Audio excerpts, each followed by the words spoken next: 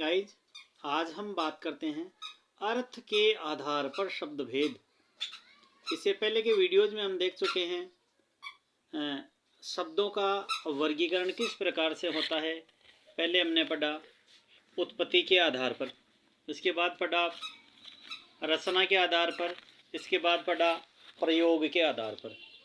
अब हम पढ़ रहे हैं अर्थ के आधार पर।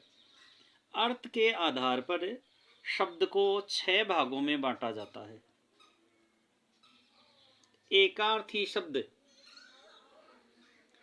जिन शब्दों का प्रयोग एक ही अर्थ में होता है, जैसे नदी, पहाड़, लड़का, पुस्तक, ऐसे शब्द एकार्थी शब्द कहलाते हैं।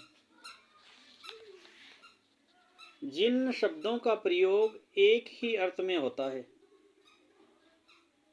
एकार्थी शब्द, जिन शब्दों का प्रयोग एक ही अर्थ में होता है उन्हें एकार्थी शब्द कहते हैं। जैसे दिन, धूप, लड़का, पहाड़, नदी आदि। अब बात करते हैं अनेकार्थी शब्द। अनेकार्थी शब्द वे शब्द जिनका एक से अधिक अर्थ निकलता है। ध्यान दीजिए, अनेकार्थी शब्द, जिन शब्दों के अर्थ एक से अधिक होते हैं, जिन शब्दों के अर्थ एक से अधिक होते हैं उन्हें अनेकार्थी शब्द कहते हैं। इनका प्रयोग अलग अलग अर्थ के प्रसंग में किया जाता है। जैसे अज, अज ब्रह्मा का नाम भी है, अज यानी बकरा भी होता है। अमृत, करे, सारंगे, सारंग के तो अनेक अर्थ है। हरि। तीसरी बात करते हैं पर्यायवाची शब्द। ध्यान दीजिए, वे शब्द जिनका अर्थ समान होता है, अर्थात किसी शब्द के समान अर्थ की प्रतीति कराने वाले अथवा अर्थ की दृष्टि से लगभग समानता रखने वाले शब्द पर्यायवाची शब्द कहलाते हैं। जैसे अमृत, पीयूष, सुधा, अमीय, सोम, ये अमृत के समानार्थी शब्द है। अब बात करते हैं अगला रूप, विलोम शब्द। एक दूसरे का विपरीत अर्थ देने वाले शब्द विलोम शब्द कहलाते हैं।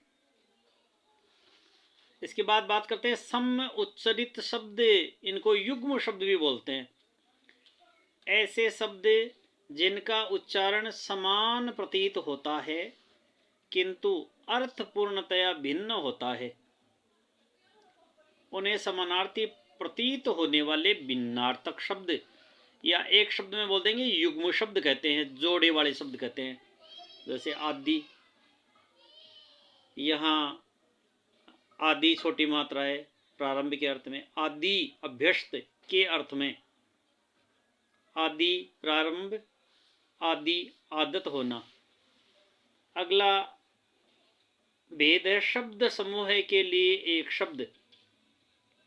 जब किसी वाक्य, वाक्यांश या समूह का तात्पर्य एक शब्द द्वारा अभिव्यक्त किया जाता है अथवा एक शब्द में उस वाक्यांश का अर्थ निहित हो, उसे शब्द समूह के लिए एक शब्द कहते हैं। जैसे जहाँ जाना संभव न हो, बोल देंगे अगम्य।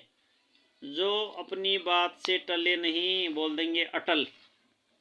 तो ये शब्द भेद थे। शब्द भेद के अगले क्रम में हम व्युत्पत्ति के आधार पर शब्द भेद पढ़ेंगे। धन्यवाद। वंदे मातरम।